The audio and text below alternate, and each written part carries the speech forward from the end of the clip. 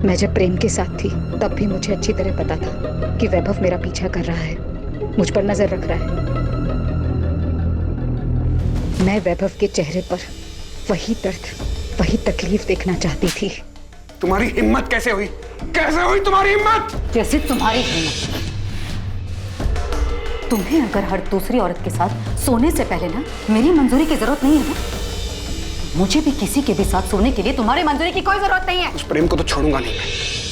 उसकी नौकरी तो गई, उसकी भी जान जाएगी, देखना तुम। मैं भी ललिता को मारना चाहती थी, अब गीता को मारना चाहती हूँ। औरती अपनी हद में रहो तुम। हद में तुम रहो अपनी।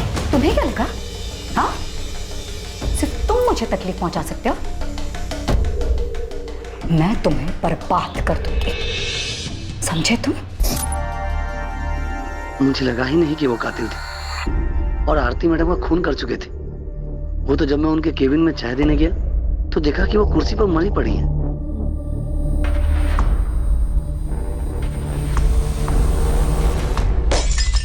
तुमने नहीं भेजा, पर तुम्हारी आरती से बात हुई थी ना कि जीएसटी को लेकर कुछ क्या? कोई बात नहीं हुई। सर, मैंने आपसे कहा था ना, मेरे सीए ने किसी को नहीं भेजा। मेरी भी अपनी सीए सुरेश पुजारी से बात हुई, ना तो उसने आरती से कोई बात की थी, ना उसने किसी को भेजा। तो कौन हो सकता है जो सीए के ऑफिस का बहाना करके आरती से मिलने आया और उसे मारकर चला गया? मुझे कैसे पता होगा सर? मेरी बहन को कोई मार के चला गया। मेरे लिए यही मानना मुश्किल हो रहा है। तो आरती 6 महीने पहले ही सेंट्रल जेल से बेल पे बाहर हुई और अब इसका मर्डर हो गया। सर, शायद वैभव जोशी मर्डर केस की फाइल हमें वापस खोलनी चाहिए। ये प्रेम मिश्रा अभी भी जेल में ही है ना? यस सर, उसने बेल के लिए अप्लाई किया था पर कोर्ट ने रिजेक्ट कर दिया। वो अभी भी सजा काट रहा है। अरे मिश्रा, वो तेरी जोड़ी था आरती जोशी, मर्डर हो गया उसका।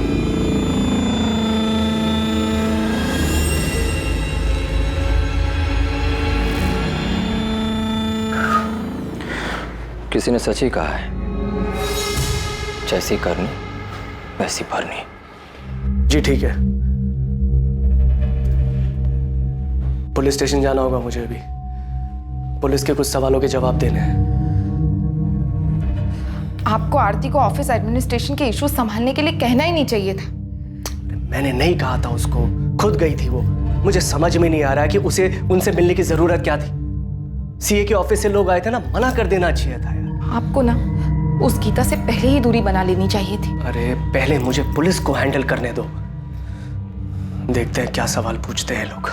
बिना मैं जब तक मोहन ठाकुर से बात करता हूँ, तुम आरती जोशी के पिछले 6 महीने के रिकॉर्ड्स निकलवाओ, जब से वो बेल पर जेल से बाहर आई थी। तो हमें वैभव की फैमिली को भी चेक करना चाहिए। उसकी माँ, बहन, जीजा, हो सकता है उनमें से किसी का इस मर्डर में हाथ हो। ठीक है, पता करो। और उस प्रेम मिश्रा के बारे में भी पता करो। Okay sir. नमस्कार साहब। उस्मान, खबर तो मिल गई होगी तुझे? साहब, मुझे नहीं, पूरे शहर में खबर फैल चुकी है। आपको कुछ पता चला कि कौन है वो लोग? नहीं, लेकिन कोचिंग क्लासेस के पियोन रान सेवक और एडमिन इंचार्ज चंद्र सक्सेना की मदद से हम उन दोनों का स्केच बनवा रहे हैं जिन्होंने आरती का मर्डर किया था। कहना मुश्किल है कि स्केच कितना सटीक बनता है, क्योंकि दोनों सीए फर्म के एम्प्लॉय बनकर आए थे, तो जाहिर है थोड़ा भेस बदल कर आए होंगे। पर खैर, इसके अलावा कोई दूसरा चारा भी नहीं है। कुछ भी करके इन्हें ढूंढ निकालना हो, अपने सारे सोर्सेज, अपने सारे नेटवर्क का इस्तेमाल करें। हमेशा कहा कि वैभव के मर्डर में हम आरती को लेकर गलत थे। एक बार इसका छाप मारना दो साहब, मैं फौरन अपना नेटवर्क काम पे लगा दूँ।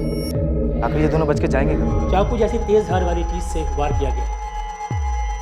इसके पति को भी ऐसे मारा गया था। उसी के मर्डर की सजा इसके बॉयफ्रेंड प्रेम मिश्रा और उसके 2 साथी प्रकाश वर्मा और कमलेश जायसवाल को मिली। वो तीनों अभी भी जेल में। डॉक्टर, क्या वैभव मर्डर केस में हम गलत हैं? तो पता नहीं, अगर गलत हुए हैं तो जिसने भी वैभव का मर्डर किया था वो शायद इसके बेल पर बाहर आने का इंतजार कर रहा था। ऐसे ही मौका मिला, उसने इसे भी मार दिया। शायद कोई ऐसा शख्स जिसे इन दोनों की मौत से ज्यादा फायदा होने वाला था। दिलीप, हमें आरती के खिलाफ ठोस सबूत जुटाने होंगे। हम प्रेम मिश्रा और उसके साथियों के बयान पर भरोसा नहीं कर सकते, क्योंकि आरती कोर्ट में यही कहेगी वो बेकसूर है। ऐसे में उसे सजा दिलवाना मुश्किल होगा। इस केस में पहली सफलता पुलिस को योगेश पाल से मिली जब उसे उठाया गया। बहुत घुमा लिया तूने हमें योगेश पाल। हमें पता है तू किसी एक्स स्टूडेंट से नहीं मिला था। सर, मैं सच बोल रहा हूँ सर। अबे सच तो तू तब बोलेगा जब हमारा डंडा चलेगा। 50,000 डंडे गिन के मारना इसे। पहचानता है ना इसे? प्रेम मिश्रा। चल बोल, क्या सेटिंग थी तेरी इसके साथ? इतना तो हमें पता है, कि नौकरी के नाम पर पैसे खाने वाली कोई बात नहीं थी। सर हमें पैसे मिले थे, 1 लाख मुझे और 1 लाख निखिल को।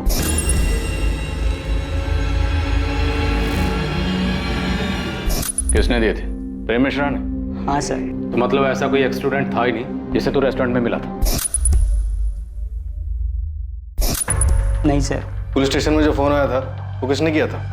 मैंने किया था सर। मैं वो हूँ जिसका कोई चेहरा नहीं है, उन लाखों करोड़ों में से एक जो बेरोजगार घूम रहा है। क्या इस सब का वैभव जोशी के एबी कोचिंग सेंटर से कुछ लेना देना? जब बिना रोजगार कोई भूखा मरता है ना, वो भी 1 लाख रुपए भर के, तब उसकी परेशानी किसी को नहीं दिखाई देती। पर अब मैं निश्चिंत हूँ, क्योंकि अब आपके पास भी एक परेशानी है, ये जानने की कि जिसने मुझे परेशान किया उसके साथ क्या हुआ, क्यों हुआ। सर मैंने वैभव सर को नहीं मारा सर। सर मुझे और निखिल को 1-1 लाख रुपए मिले थे सर। सर उस दिन जब आप कोचिंग सेंटर आए थे ना सर, तो हमने पहले ही प्लान बना लिया था कि निखिल वो पैसे लेकर नौकरी देने वाली बात उठाएगा और मैं आपको वो पुराने स्टूडेंट की कहानी सुनाऊंगा। योगेश, तू पुलिस को फोन करेगा। उसके बाद जब पुलिस पूछताछ के लिए स्टडी सेंटर आएगी तो निखिल तू पैसे लेकर के नौकरी देने वाली बात को हवा देगा। फिर तू पीछे से पुलिस के पास जाएगा और आग में घी डालेगा कि तुझे एक स्टूडेंट मिला था और उन्हें हिंट देगा कि वैभव को शायद सिनेमा है। तुमने और निखिल ने प्रेम मिश्रा से पैसे लिए, उसका काम किया और अब कह रहा है कि तुझे नहीं पता। सर मुझे सचमुच नहीं मालूम सर कि उस मिश्रा ने वैभव सर को मारा है या नहीं, पर सर इतना पता है कि उनका कुछ हाथ है इसमें। कुछ हाथ होना भी जुर्म होता है, और जितना तेरा और निखिल का है ना, वो भी जुर्म है। सर गलती हो गई सर मुझे पैसे की जरूरत थी सर, मुझे माफ कर दो सर, गलती हो गई सर।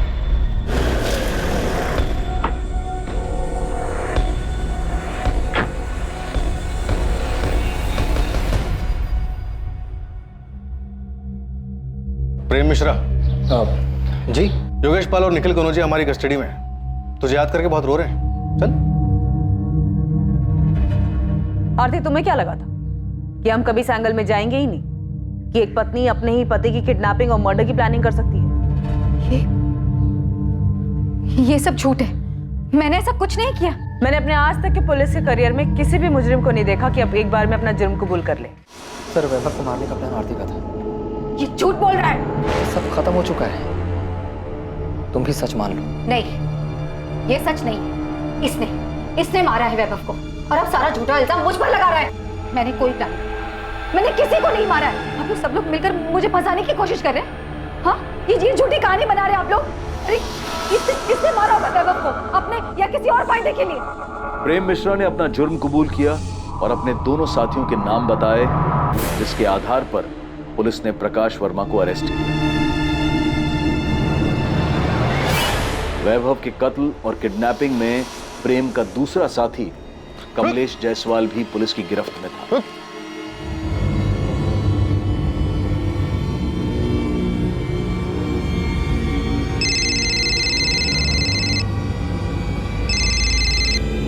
हेलो।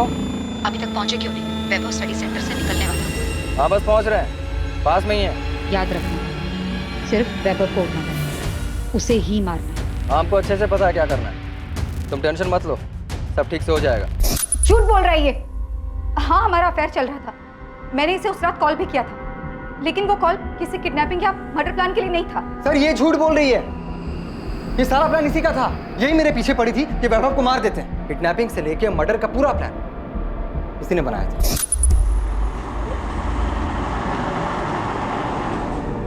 आरती के प्लान से अलग अगर कुछ हुआ था तो बस इतना कि ट्रैफिक की वजह से हम पहुंचने में थोड़ा लेट हो गए थे।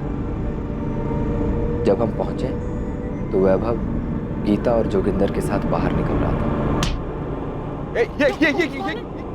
आरती के प्लान के मुताबिक हुआ ही था।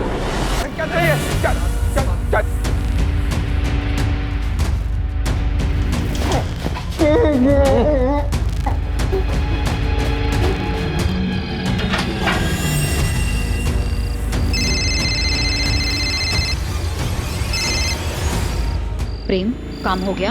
हाँ हो गया, हम वैभव को लेकर के जा रहे हैं। तुम अपना नाटक शुरू कर दो। जैसा बोला है ना वही कर, कोई गलती मत कर देना। अरे हाँ मेरी जान, तुम टेंशन मत लो, सब वैसे ही होगा। फिर हम वैभव को लेकर इलाहाबाद में एक सुनसान जगह पहुंचे जो हमने पहले से देख रखा। अरे आप इसकी बात सुनी क्यों रहे? मैंने कोई प्लान नहीं किया, झूठ बोल रहा है ये। सर झूठ मैंने ये बोल रही हूँ। और सर वैभव को मारने के बदले इसने मुझे 12 लाख रुपए देने का और मुझसे शादी करने का वादा भी किया था। पूछिए इससे। आप बकवास कर रहे हो तुम। कौन आपके पति को मारकर उसका इल्जाम आप पर डालेगा? आरती जोशी, अब नाटक बहुत हो गया, बंद करो, अपना जुर्म कबूल करो। कोई नाटक नहीं कर रही, मैंने कोई प्लान नहीं किया। नहीं मारा है मैंने वैभव को। प्रेम मिश्रा ने झूठ बोलकर मुझे फंसाने के पैसे लिए हैं।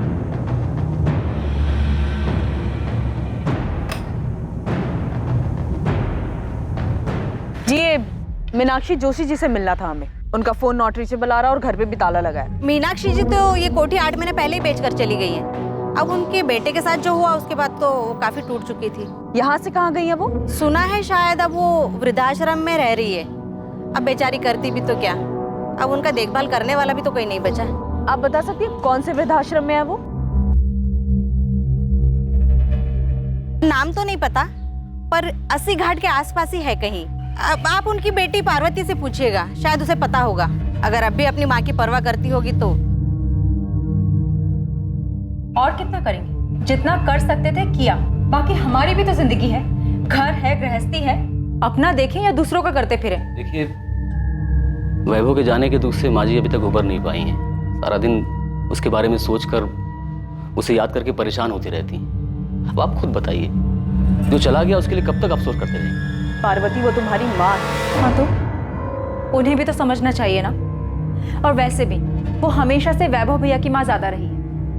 हमारी तो उन्हें सिर्फ मुसीबत में याद आती थी, लेकिन अब ना सब कुछ सही। वो वहां खुश है और हम यहाँ पर खुश हैं।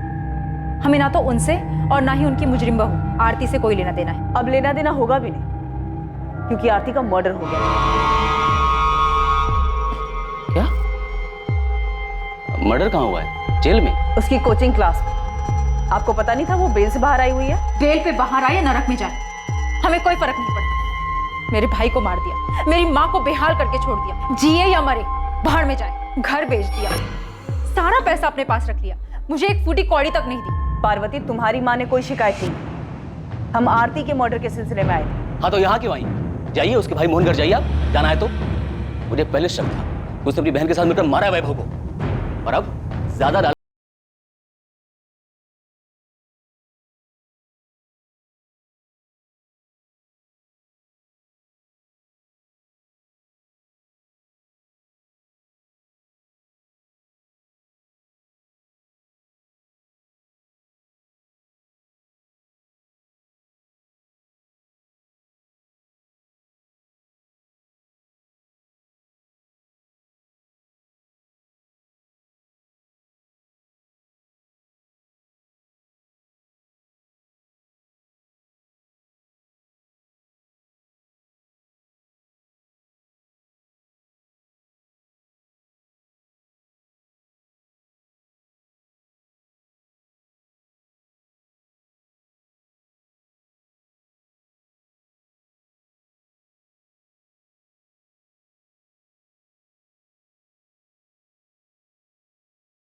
कि आरती के मर्डर में इस प्रेम मिश्रा का हाथ हो, या फिर वैभव की फैमिली ने बदला लेने के लिए आरती का मर्डर करवाया है। तुम्हें लगता है कि वैभव जोशी का मर्डर आरती ने करवाया था? सर मुझे यकीन नहीं था।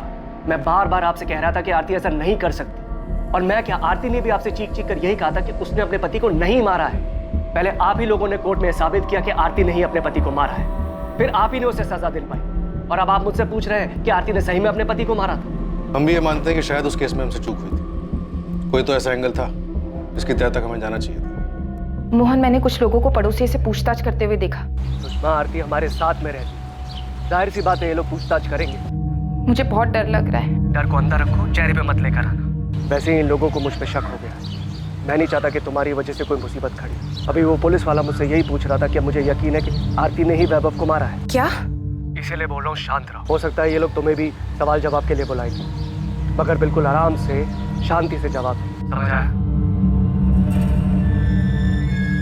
तुमने कहा था कि वैभव का मर्डर आरती का प्लान था, जिसका अब खुद का मर्डर हो चुका है, और तुम अभी सजा काट रहे हो। तुम्हें नहीं लगता अब तुम्हें सच बता देना चाहिए? सच मतलब पूरा सच। तूने जानबूझ के आरती को वैभव मर्डर केस में फंसाया था? सजा होने के बाद आप ये सवाल पूछ रहे हैं? हाँ, क्योंकि आरती ने कभी नहीं माना कि उसने वैभव की किडनैपिंग या मर्डर प्लान की थी। उसने आखिर तक कोर्ट में भी यही कहा। मिसेज आरती जोशी, आप पर आपके पति वैभव जोशी को अगवा करने और उनका कत्ल करने और साजिश करने का इल्जाम है। आप ये इल्जाम कबूल करती हैं? सर, मैंने कुछ नहीं किया है। मुझे फंसाया जा रहा है। मेरे पति की किडनैपिंग और मर्डर में मेरा कोई हाथ नहीं है। तुम्हारे कबूल करने के बाद भी आरती ने हमेशा हमारे सामने और कोर्ट में यही कहा कि वो बेकसूर थी। वो बहुत शातिर औरत थी, आखिर तक अपना गेम खेलती रही। वो चाहती थी कि सारा इल्जाम मैं अपने सर ले लूं। शातिर वो थी या तुम? प्रेम चाहे जो कहे, आप लोग चाहे जो माने, लेकिन मैं जानती हूँ कि मैं निर्दोष हूँ।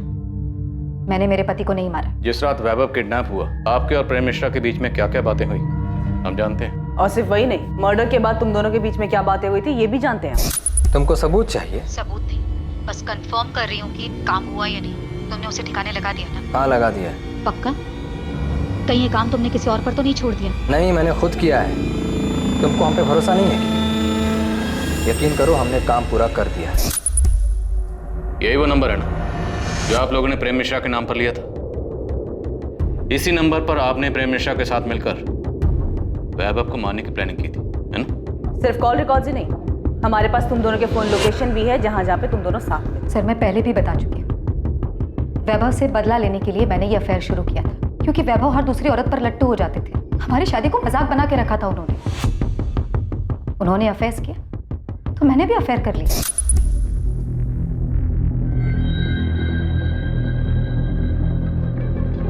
मैं जब प्रेम के साथ थी तब भी मुझे अच्छी तरह पता था कि वैभव मेरा पीछा कर रहा है, मुझ पर नजर रख रहा है। मैं वैभव के चेहरे पर वही दर्द, वही तकलीफ देखना चाहती थी। तुम्हारी हिम्मत कैसे हुई?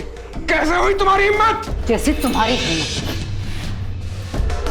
तुम्हें अगर हर दूसरी औरत के साथ सोने से पहले ना मेरी मंजूरी की जरूरत नहीं है ना, मुझे भी किसी के भी साथ सोने के लिए तुम्हारी मंजूरी की कोई जरूरत नहीं है। उस प्रेम को तो छोड़ूंगा नहीं मैं। उसकी नौकरी तो गई, उसकी भी जान जाएगी, देखना तुम। मैं भी ललिता को मारना चाहती थी, अब गीता को मारना चाहती हूँ। औरती, अपनी हद में रहो तुम। हद में तुम रहो अपनी। तुम्हें क्या लगा? हाँ, सिर्फ तुम मुझे तकलीफ पहुंचा सकते हो। मैं तुम्हें बर्बाद कर दूंगी, समझे तुम? मुझे पता ही नहीं चला कब वैभव से बदला लेते लेते मैं प्रेम को सचमुच पसंद करने लगी थी। वैभव के मना करने के बावजूद मैंने प्रेम के साथ रिलेशनशिप कंटिन्यू किया। तो आपको पता था कि वैभव और गीता का अफेयर था? सिर्फ गीता नहीं, बल्कि मुझे उनके सारे अफेयर्स के बारे में पता था। हमारा बच्चा ना होने की वजह मैं नहीं बल्कि वैभव थी। मैंने फिर भी उनकी इस कमी को इग्नोर किया। क्यों? क्योंकि मैं उनसे प्यार करती थी, एक खुशहाल जिंदगी चाहती थी। मैंने उन्हें नहीं मारा है, और ये सब कुछ जो कॉल रिकॉर्ड्स और मोबाइल लोकेशन आप लोग मुझे दिखा रहे हैं, ये सब कुछ प्रेम ने मुझे फंसाने के लिए किया है। हाँ, हमारी बात होती थी, लेकिन उस बातचीत में कोई प्लानिंग नहीं थी, बल्कि हम आपस की बातें करते थे।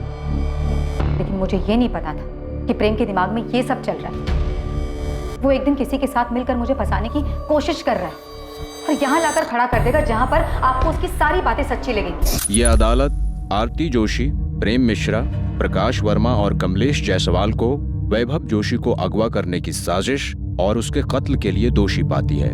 ये अदालत आरती जोशी को उनके पति वैभव जोशी के कत्ल और किडनैपिंग के जुर्म में 10 साल की सजा सुनाती है। आरती बहुत चालाक औरत थी। भले ही उसने आपके सामने या कोर्ट में अपना जुर्म कबूल नहीं किया, पर आपकी बनाई हुई चार्जशीट के आधार पे ही तो कोर्ट में उसे सजा हुई थी। तो क्या हम गलत थे? हो क्या गया सर आपको? आप क्यों अचानक आरती के बुने जाल में फंस रहे? आरती का मर्डर हो चुका है। अगर ये जाल आरती ने बुना था तो फिर आरती को किसने मारा? उसे उसके किए की सजा मिली है सर, और कुछ। वैसे आप क्यों उसे बेगुनाह साबित करने पे तुले? वो मुझे सारा इल्जाम अपने सर लेने के लिए कह रही थी। जब हमें यहाँ से निकाला गया अपने वकील से मिलने के लिए, तब आरती मुझसे मिली थी। प्रेम, मेरे पास टाइम बहुत कम है, प्लीज मेरी बात सुनो। कितनी कमीनी निकली तुम। मेरे वकील ने सब बताया मुझे कि तुम और तुम्हारे वकील सब मुझ पे थोपने वाले। देखो आरती, अगर मैं डूबा ना तो तुम्हें भी साथ लेके डूबूंगा। प्रेम, मेरी बात तो सुनो। मेरे पास एक आइडिया है। नहीं चाहिए तुम्हारा कोई आइडिया वाइडिया। देखो, हम जैसा चाहते थे ठीक वैसे ही हो रहा है। वैभव भी मर चुका है, बस हमें एक गेम खेलना है, उसके बाद हम दोनों बच जाएंगे। उस दिन कहा गया था तुम्हारा ये हम दोनों? जब पुलिस के सामने चिल्ला चिल्ला कर कह रही थी कि वैभव को मैंने किडनैप किया है, मैंने मारा है, तुम्हारा इसमें कोई हाथ नहीं है। जिंदगी बर्बाद कर दी तुमने मेरी। मैंने कोई जिंदगी बर्बाद नहीं की प्रेम। एक बार ठंडे दिमाग से सोच कर देखो, अगर हम दोनों जेल में रहेंगे तो किसी काम के नहीं रहेंगे। वाह, तो अब तुम ये चाहती हो कि मैं जेल जाऊं और तुम बाहर मजे करो? देखो मेरे पास बहुत पैसा है, अगर तुम कोर्ट में ये गवाही देते हो सबके सामने कि तुम्हें नौकरी से निकाल देने पर गुस्से में आकर तुमने ये सब कुछ किया है और इस जंजाल से मुझे आकर बाहर, ये जंजाल तुम्हारा फैलाया हुआ है। प्रेम, एक बार सोच कर देखो, हम अपनी जिंदगी नए सिरे से शुरू कर सकते हैं। इनकम की टेंशन नहीं है, वैभव की क्लास अब मेरी है। तुमने रिलेशनशिप के लिए इतना कुछ किया, अब मेरी छोटी सी बात भी नहीं मानोगे? नहीं,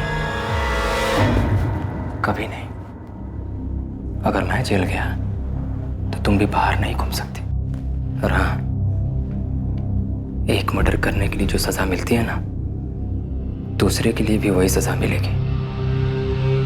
क्योंकि तुमने मेरे साथ जो किया है, उसके बाद अगर मैं तुम्हारा खून भी कर दूं तो मुझे कोई दुख नहीं होगा। मैं कभी सोच भी नहीं सकता था कि तुम इतनी कमीनी निकलोगे। आरती बहुत पहुंची हुई चीज थी। उसने अपने पति का मर्डर प्लान किया और मुझे भी उसका हिस्सा बना लिया, और मैं बेवकूफ उसके जाल में फंस भी गया। तुम्हारी बेल तो पहले भी ना होती, अब आरती के मर्डर के बाद तो और नहीं होगी, इसलिए कहानियां बनाना बंद कर। अब आपको मेरा सच भी कहानी लग रहा है? तो ठीक है, अब आपको मुझसे कुछ नहीं मिलने वाला। और हाँ, अगर आपको लगता है कि मैं यहां जेल में बैठ करके वहां आरती का मर्डर करवा दिया तो यही सही, क्योंकि अब मुझे कोई फर्क नहीं पड़ता है। बल्कि मुझे तो इस बात की खुशी है कि वो कमीनी मर गई। अब इतना बताया तो ये भी बता दो कि तुमने वैभव जोशी को मारा और आरती को फंसाया।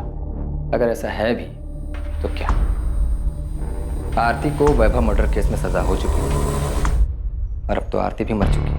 प्रेम मिश्रा, वैभव के मर्डर और आरती के मर्डर का मास्टरमाइंड आरती का भाई मोहन ठाकुर है। उसने तुमसे प्रॉमिस किया है कि वो तुम्हें पैसे देगा और जेल से बाहर निकालेगा। कमाल कर दिया सर आप। ये सवाल आपको 2 साल पहले पूछना चाहिए था ना। उस वक्त ये एंगल हमारी नजर से छूट गया था। बोलो, क्या मोहन ने फंसाया था आरती को? ये बात सच है सर। मोहन सर नहीं चाहते थे कि आरती फिर से क्लासेस ज्वाइन करे। मोहन ने कोचिंग सेंटर पूरी तरह अपने कब्जे में ले लिया? पता नहीं सर, पर मैंने एक बार मोहन सर को बात करते हुए सुना था, तब मुझे भी उनकी बात सही लगी थी। तुम्हें समझ में नहीं आ रहा है कि हमारे इंस्टीट्यूट के लिए कितना बुरा है ये? भले तुम बेल पर बाहर हो, मगर दुनिया ये नहीं बोलेगी कि तुम्हें कन्विक्टेड मुजरिम हो। भैया आपको भी यही लगता है? मुझे क्या लगता है क्या नहीं लगता उससे कोई फर्क नहीं पड़ता। दुनिया को तो यही लगे ना, एक लड़की जिसने अपने पति को मार दिया वही ये क्लासेस चला रही है। आरती, ये एक इंस्टीट्यूट है, दिस इज बिजनेस। आप अच्छी तरह से जानते हैं कि मुझे फंसाया गया था। मेरी भी एक लाइफ है। हाँ लाइफ है, मगर कानूनी तरीके से जेल के अंदर। बस भैया, ये क्लास मेरी है और वैभव के बाद उनके शेयर भी मेरे, और आपका शेयर सिर्फ 25%। सो प्लीज मुझे ये बताने का आपके पास कोई हक नहीं है कि मैं क्या कर सकती हूँ और क्या नहीं।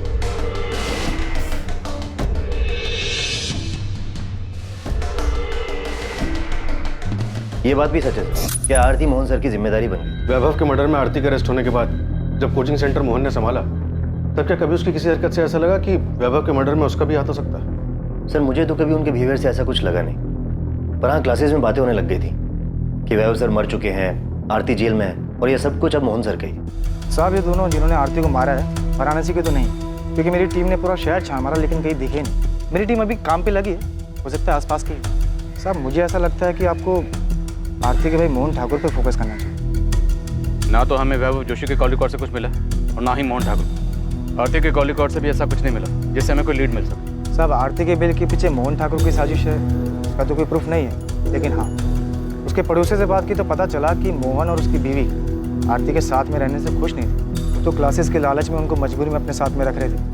आपने जब आरती को अरेस्ट किया वो टाइम हमारे लिए बहुत अच्छा नहीं था। हमारा एक बच्चा है जो अभी क्लास 7 में आया है। आप खुद ही बोली, हर जगह आरती की खबर छप रही थी, तो बच्चे पर क्या असर हुआ होगा? तो अगर आरती के अरेस्ट होने से आपको इतनी परेशानी हुई, तो जब आरती जमानत पर बाहर आई तब तो आपको और भी दिक्कत हुई होगी। आप जैसा समझे सर, लेकिन आरती जैसी जिद्दी लड़की मैंने आज तक नहीं देखी। घर पर रहने तक तो ठीक था, लेकिन वो क्लासेस में प्रॉब्लम क्रिएट करने लगी। उसे समझ ही नहीं आ रहा था कि उसके क्रिमिनल रिकॉर्ड की वजह से क्लासेस पे क्या असर पड़ेगा। एक काम करते हैं, आपके 25% शेयर की आने वाले 5 साल की जो इनकम बनती है ना, वो मैं आपको पे कर देती हूँ, ठीक है? आरती, इतना आसान नहीं है ये। शेयर दोगी तुम? 2 साल जब तुम पर तुम्हारे पति के मर्डर का केस चल रहा था ना, और फिर तुम्हें सजा हुई, तो यही थे जिन्होंने क्लासेस संभाली थी। ये बात बार बार बोलकर आप मुझे क्या जताना चाहती हैं? आप दोनों ने मिलकर बहुत बड़ा महान काम किया है मुझ पर। वो क्लासेस मैं और मेरे पति मिलकर चला रहे थे। वही पति जिसका तूने खून कर दी। एक नंबर का घटिया और एहसान फरामोश इंसान था वो। बुरा मत मानो, तुम भी ना कुछ कम नहीं हो। आरती, तुम्हें पता भी है तुम्हारे यहाँ रहने से हमें क्या क्या सुनना पड़ता है? उस वक्त भी लोगों ने हमें न जाने क्या क्या कहा था। वाह, आपको तो सब याद है, लेकिन ये याद नहीं होगा कि पति का मर्डर करने वाली उसी औरत की क्लासेस की कमाई पर आप ऐश कर रही हो। लेकिन हाँ, मेरे यहाँ रहने और क्लासेस ज्वाइन करने से आप लोगों की जिंदगी तबाह हो जाएगी। तुम्हें यहाँ पर रहने से कौन मना कर रहा है? तुम रहो ना यहाँ पर, तुम्हारा ही घर है। हम बस इतना चाहते हैं कि तुम क्लासेस से दूर रहो। हमने आरती को कितना समझा, लेकिन उसने हमारी एक नहीं सुनी। क्लासेस जाना छोड़ा नहीं उसने। आपके पति मोहन ठाकुर? मेरे पति आरती के बड़े भाई। क्लासेस शुरू करने में उन्होंने ही उसकी हेल्प की थी, जिसके बदले मोहन को कोचिंग के प्रॉफिट में शेयर मिलता है। हाँ, तो ये उनका हक बनता है, लेकिन मेरे पति लालची इंसान नहीं है कि क्लासेस के लिए अपने जीजा और बहन का मर्डर करवा देंगे। सुषमा जी, हम यहाँ सिर्फ आरती के मर्डर की बात कर रहे हैं। आपके पति ने वैभव जोशी का मर्डर किया या नहीं किया, ये तो हमने पूछा ही नहीं। तो आप खुद कह रहे हैं। हाँ, वो तो मैंने यूं ही बोल दिया। हो सकता है ये लोग तुम्हें भी सवाल जवाब के लिए बुलाए, मगर बिल्कुल आराम से, शांति से जवाब बोल दिया, क्योंकि आप उन पर इल्जाम लगाए जा रहे हैं। इल्जाम तो हमने लगाया ही नहीं सुषमा। क्या वैभव जोशी का मर्डर आपके पति मोहन ठाकुर ने करवाया, और अब आरती का मर्डर क्यों नहीं करवाया? नहीं सर, ऐसा कुछ भी नहीं है।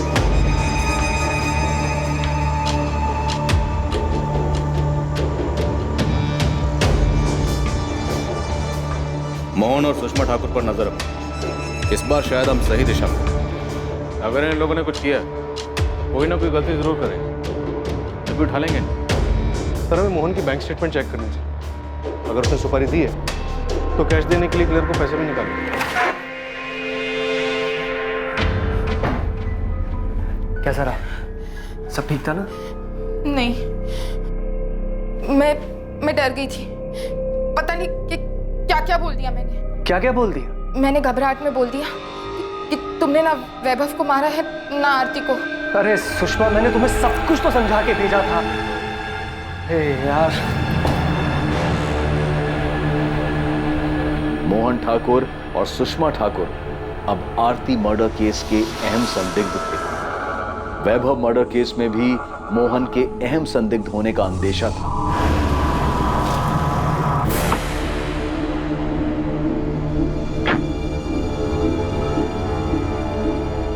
प्रेम मिश्रा से भी लगातार अलग अलग तरीके से पूछताछ की गई, इस उम्मीद में कि शायद प्रेम से कोई लीड मिल पाए जिससे वैभव और आरती मर्डर केस में मोहन की भागीदारी का पता चल सके।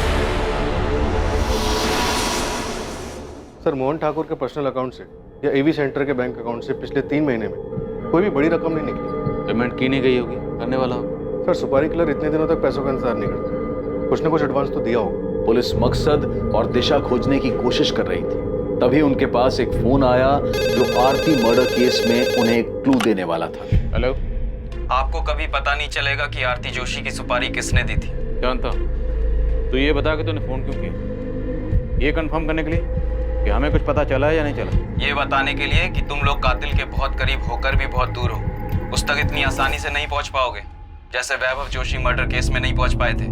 अच्छा लगा सुनकर कि तुझे सब कुछ अच्छी तरह से पता है, लेकिन फोन करने की जहमत क्यों की? क्योंकि मैं चाहता हूं कि इस बार तुम लोग किलर तक जल्दी पहुंच जाओ।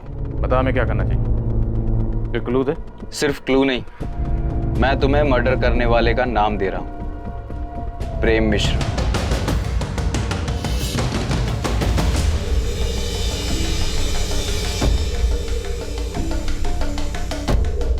बिना पिछले 2 महीने में तो किसी भी अपराधी की बेल नहीं हुई है। क्या फिर भी आप अपने रिकॉर्ड में चेक करके बता सकते हैं कि प्रेम मिश्रा अब किसके साथ सेल शेयर कर रहा था और उनमें से कौन कौन बाहर है और किस किस से उसकी बातचीत थी? तो शायद हमें थोड़ी हेल्प हो जाएगी। पर मुझे लगता नहीं है कि प्रेम मिश्रा ने कुछ किया होगा। तुम्हें तो पता ही है कि ये स्टेट शीटर्स बिना अपने फायदे के कोई भी काम नहीं करते। और भला यहाँ जेल में बैठकर प्रेम मिश्रा क्या दे सकता है उन्हें?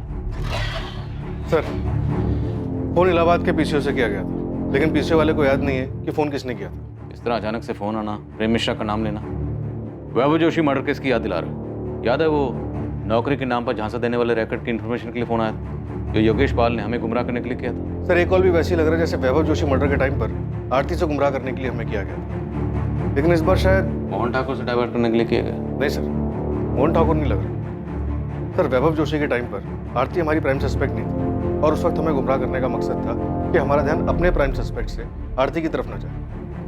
और शायद इस बार भी कातिल हमारी प्राइम सस्पेक्ट लिस्ट में नहीं है। लेकिन वो कौन है जो अभी तक हमारी सस्पेक्ट लिस्ट में नहीं है? गीता?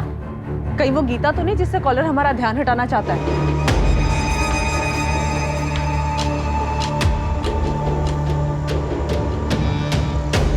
गीता ने वैभव के मर्डर का बदला लेने के लिए आरती का मर्डर कर दिया। सर, गीता और वैभव अफेयर में वो शायद शादी करने वाले थे, लेकिन उसके पहले ही वैभव का मर्डर हो गया। तो जब आरती को बेल मिली तो गीता ने अपना बदला लेने के लिए उसका मर्डर करवा दिया होगा।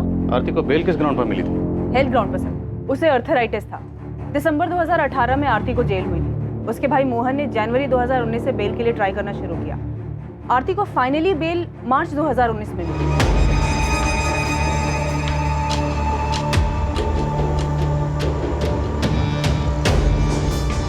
क्या हुआ? पुलिस ने उस बारे में कुछ पूछा? नहीं, पुलिस को उसके बारे में कुछ नहीं पता। अगर बाद में पता चला तो? अब अगर पूछेंगे सब बता दूंगा।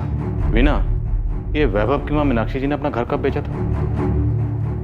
मीनाक्षी जी तो ये कोठी 8 महीने पहले ही बेचकर चली गई है। तो मीनाक्षी जी की पड़ोसन ने कहा था 8 महीने पहले। 8 महीने मतलब जनवरी 2019 में? Yes sir. सर, आपको मीनाक्षी जी के घर बेचने और आरती के मर्डर में कनेक्शन नजर आ रहा है? कहाँ ये मीनाक्षी जी आजकल? वृद्ध आश्रम में उनसे मिलने गई थी। मीनाक्षी जी, ये पहचाना आपने मुझे? मैं पिछली बार आपसे मिली थी जब वैभव का मर्डर हुआ। आपकी बहू आरती का मर्डर हो गया। मैं आज तक समझ नहीं पाई, जब आपस में बन नहीं रही थी, एक दूसरे की कोई बात मंजूर नहीं थी, तो अलग हो जाते। मारने का क्या मतलब था? उनको देख के लगा कि उनकी जीने की इच्छा ही खत्म हो गई। क्या आपको उनको पे शक हो रहा है? देखो, कंफर्म नहीं है, इत्तेफाक भी हो सकता है। आरती को सजा हुई दिसंबर में। जनवरी को आरती के भाई ने उसकी बेल के लिए अप्लाई की और जनवरी में ही मीनाक्षी जी ने अपना मकान बेचा और वृद्धाश्रम में शिफ्ट हो गए। मकान बेचा था तो उसके पैसे मिले होंगे। वीना, मीनाक्षी जी का बैंक अकाउंट चेक करो। Sure sir.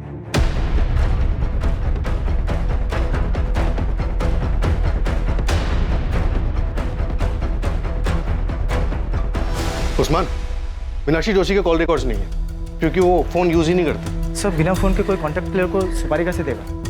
हम मीनाक्षी जोशी के दामाद किशोर और बेटी पार्वती के कॉल रिकॉर्ड्स देख रहे हैं। उनके दामाद का कहना है कि वो और वैभव पहले दोस्त थे, बाद में रिश्तेदार बने। हम दोनों एक दूसरे के बहुत करीब थे।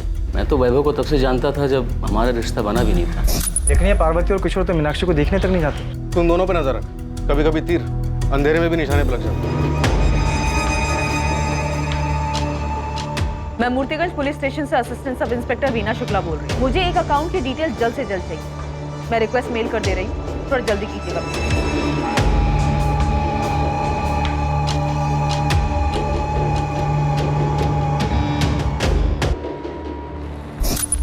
भैया,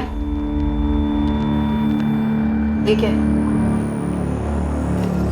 क्या है? पैसे निकाले? हाँ, 2 लाख किस लिए? तो तुम मुझसे हिसाब मांगोगी? बिल्कुल, क्योंकि आपने ये पैसे अपना शेयर लेने के बाद निकाले। राहुल का एक अच्छे स्कूल में एडमिशन करवाना था। 2 लाख रुपए चाहिए थे एडवांस फीस के। मेरे प्रॉफिट शेयर में से कट कर ले। हाँ, तो आपको बताना चाहिए था। तुम कहना क्या चाहती हो? मैंने चीटिंग की है? मैं ये नहीं कह रही हूँ भैया, मैं सिर्फ इतना कह रही हूँ कि आपने ये पैसे निकाले और मुझे नहीं बताया।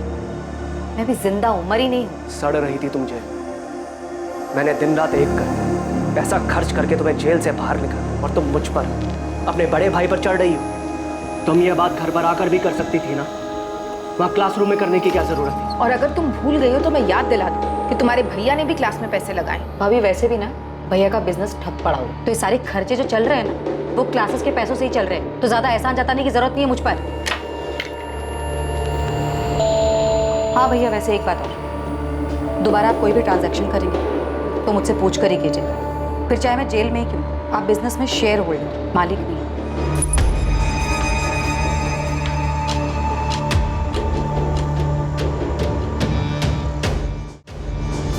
जिस अंधी गली में इन्वेस्टिगेशन दाखिल हुई थी उसी अंधी गली से आरती जोशी मर्डर केस का आखिर में रास्ता खुलने वाला है। पुलिस ने अंधेरे में जो तीर चलाया था वो तीर आरती मर्डर केस में निशाने पर लगा था। लेकिन इस सफलता से पहले एक उससे भी बड़ी सफलता इस केस में सामने आने वाली है।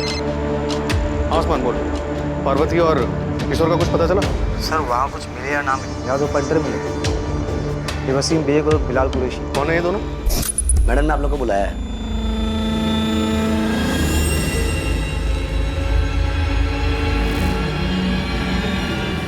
साहब ये वही लोग हैं जिसका स्केच पियोन और उसके एडमिन इंचार्ज ने बनवाया था। इन्होंने आरती का मर्डर किया। साहब आप फौरन पहुंचिए, लगता है सुपारी का पैसे लेने के लिए आए। तू वहीं पे रुक, मैं 5 मिनट में वहां पे पहुंच रहा हूँ।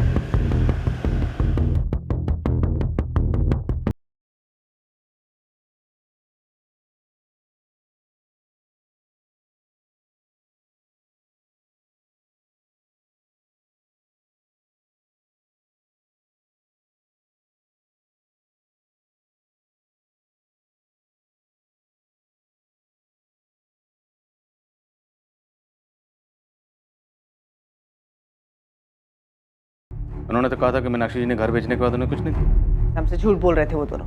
घर बेच दिया, सारा पैसा अपने पास रख लिया, मुझे एक फूटी कौड़ी तक नहीं दी। पार्वती और किशोर कुछ ज्यादा ही ओवर एक्टिंग कर गए। सर उनको तबीयत से तोड़ते सारी एक्टिंग निकल जाएगी। Sir 102 number.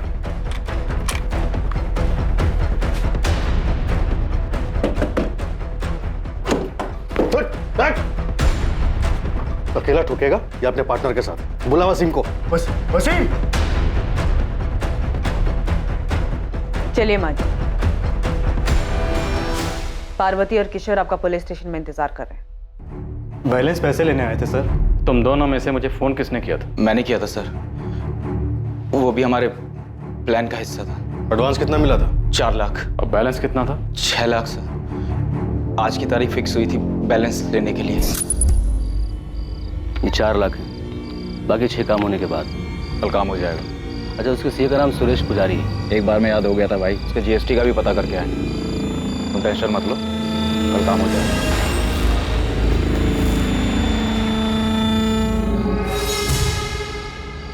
कल हो जाएगा माँ। कह दिया उसे कि उसे भी उतना ही दर्द होना चाहिए जितना मेरे बेटे को हुआ था। उसे दर्द होगा, वैभव से ज्यादा दर्द होगा उसे।